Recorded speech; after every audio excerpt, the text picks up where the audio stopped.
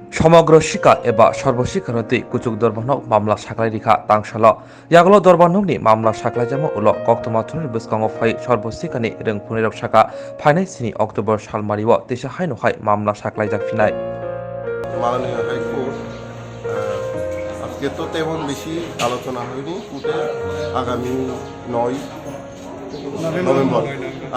November next hearing হবে আমাদের এই কন্টেম্পট কোর্ট কেসটা।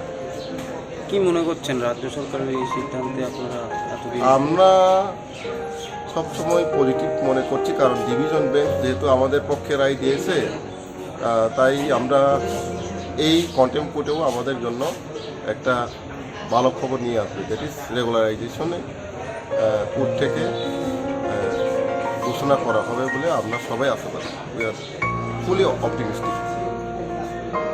আপনাদের এই যে সমস্যাটা, এটা তো রাজ্য সরকারের জানা ছিল, দীর্ঘদিন যাবৎ আপনারা এই লড়াইয়ে লড়ে যাচ্ছেন, কি বলবেন? না, জানা ছিল আমাদের লড়াইটা 2006 থেকেই শুরু হয়েছিল। টিল টুডে গভর্নমেন্ট কিন্তু এখনো আমাদেরকে রেগুলারাইজেশন করেনি। যে মেমোটা আমরা দেখেছি 9 পেজের, এখানে রেগুলারাইজেশনের কথা বলেছে, যদিও এটা শুধু অনলি ফর টেট কোয়ালিফাইড টিচারদের জন্য। তো আমরা তো আমাদের সব যোগ্যতা আছে, প্রফেশনাল এবং একাডেমিক কোয়ালিফিকেশন থাকার পরেই আমাদেরকে রেগুলারাইজেশন করছে না। জাজমেন্টেও তো লেখা আছে, এবং কিছুদিন আগে আপনারাও দেখেছেন কেজিপিপি জাজমেন্টেও আমাদের এই রায়টাকেই রেফারেন্স করে তাদেরকেও রেগুলারাইজেশনের কথা বলেছে, সাবজেক্ট টু আর সাম টার্মস, মানে শর্ত সাপেক্ষে। তো রেগুলারাইজেশন করতে গেলে তো শর্ত তো কিছু তো মানতেই হবে। আইন যেহেতু একটা রুলস আছে, রুলস তো মেনেই রেগুলারটা করতে হবে, রেগুলারাইজেশন করতে হবে। আমাদের কন্টেম্পটেশন সেটা অনুসারে রাজ্য সরকারকে বলা হয়েছিল যে আপনার মোটামুটি 4 নভেম্বরে 4 অক্টোবরে একটা করা হয়, এফিডেভিটটা জমা দিত পলিসি আকার, কিন্তু গভর্নমেন্ট যে পলিসি জমা দিয়েছিল সেটা মনে হয় কোর্টে বুঝতে পারেনি। ওই জন্য ক্লারিফিকেশন চেয়ে আগামী 4 নভেম্বরে মানে 1 নভেম্বরে এটা জমা দিতে বলা হয়েছে। তারপরে আমাদের হিয়ারিংটা হবে 9 নভেম্বরে। আশা করি সেখানে সেটা যদি ক্লিয়ারিফিকেশন এফিডেভিট আকারে জমা দেয়, তারপরে আমাদের জজ সাহেব মনে হয় আমাদের পক্ষে ভালো রায় দেবে, এটাই আশা করি। ধন্যবাদ। আমরা আইনের প্রতি বিশ্বাস ছিলাম, সেই জন্যই আমরা আইনের দ্বারস্থ হয়েছিলাম এবং হাইকোর্টের জাজমেন্টে আমাদের পক্ষেও রায় দিয়েছে।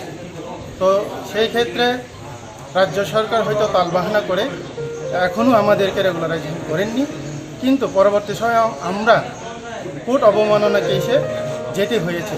এখনও কিন্তু সরকার সুস্পষ্টভাবে আমাদের বিষয়ে মানে রেগুলারাইজেশন নিয়ে কিছুই বলেনি। ফলে আজকে একটা হিয়ারিং ছিল, সেই হিয়ারিংয়ে হয়তো জাস্টিস মাননীয় ত্রিপুরা হাইকোর্টের জাস্টিস হয়তো অসন্তুষ্ট প্রকাশ করেছেন, বোধহয় আমি বলছি। তো সেই কারণে আগামী নভেম্বর মাসের 9 তারিখ আবার হিয়ারিং হবে, এবং সেই হিয়ারিং 1 তারিখ নভেম্বরের 1 তারিখ বোধহয় সরকারকে এফিডেভিট জমা দেওয়ার জন্য নির্দেশ দিয়েছেন। আমরা আশা করি এফিডেভিট জমা দেওয়ার পরেই আমরা বিষয়টা মোটামুটি একটা সুস্পষ্টতা জানা যাবে সরকার কোন দিকে যাচ্ছে। তাই আমরা বলবো আপনাদের মাধ্যমে সরকারের কাছে এটাও অনুরোধ করব, তারপরেও কন্টেম্প হওয়ার পরেও আমরা অনুরোধ করব অতি সত্বর আমাদেরকে রেগুলারাইজেশন ঘোষণা করে সবাইকে ফাঁসি ঘটাবে।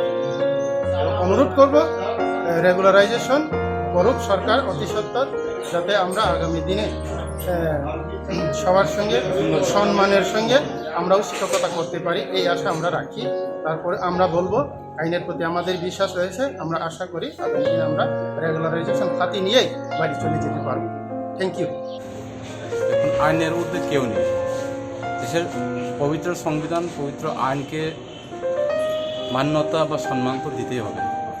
তো সেক্ষেত্রে এটা বলা বাহিল যে রাজ্য সরকার আইনকে বুঝেনি বা জানেনি এমন কোনো কথা নয়। সরকার যথেষ্ট জানে সরকারের যথেষ্ট অভিজ্ঞতা আছে, কিন্তু ওনারা কেন এইভাবে দীর্ঘায়িত করেছেন বা এইভাবে অর্ধেক করেছে অর্ধেক করছে না, একদম অমান্যতা করছে এটাও বলছেন না কেন সরকার, মান্যতা দিচ্ছে এটাও বলছে। তো সেক্ষেত্রে আমরা সংগঠন থেকে এটাই আমাদের রিকোয়েস্ট রাখবো, সরকার যথেষ্ট ইতিবাচক দৃষ্টিভঙ্গি নিয়ে সেই যেটা জাজমেন্ট যেটা দেওয়া হয়েছে সেটা অবশ্যই 100% হুবহু ওনারা ইমপ্লিমেন্ট করবেন আমাদের আশা আছে। আমরা বাধ্য হয়ে কন্টেম্প কোথাও করতে হলো, এটা আমরা ইচ্ছা করে করিনি। 6 মাস অলরেডি পেরিয়ে গেছে, তারপরে আমরা আর কোনো উপায় নেই, তাই আমরা বাধ্য হয়ে কন্টেম্প কেস আমরা করেছি। কন্টেম্প কেসে আমাদের উকিল সাহেবরা এটাই বলেছে যে সরকার যেটা করছেন এটা তো হুবহু হয়নি, তাই সরকার অবশ্যই আইনকে মান্যতা দিয়ে অবশ্যই রেগুলারাইজেশন করতে তারাও বাধ্য হবে এবং করবেনই। তো সেই আশা আমাদের অবশ্যই থাকবো। আগামী 9 তারিখ নভেম্বরে আমাদের হিয়ারিং উঠবে, মাঝখানে যেহেতু ভ্যাকেশন থাকবে, তো উই আর হোপফুল এবং গভর্নমেন্ট অবশ্যই এটাকে ইমপ্লিমেন্টেশন করবে এবং নিয়মিত ঘোষণা করবে। Thank you.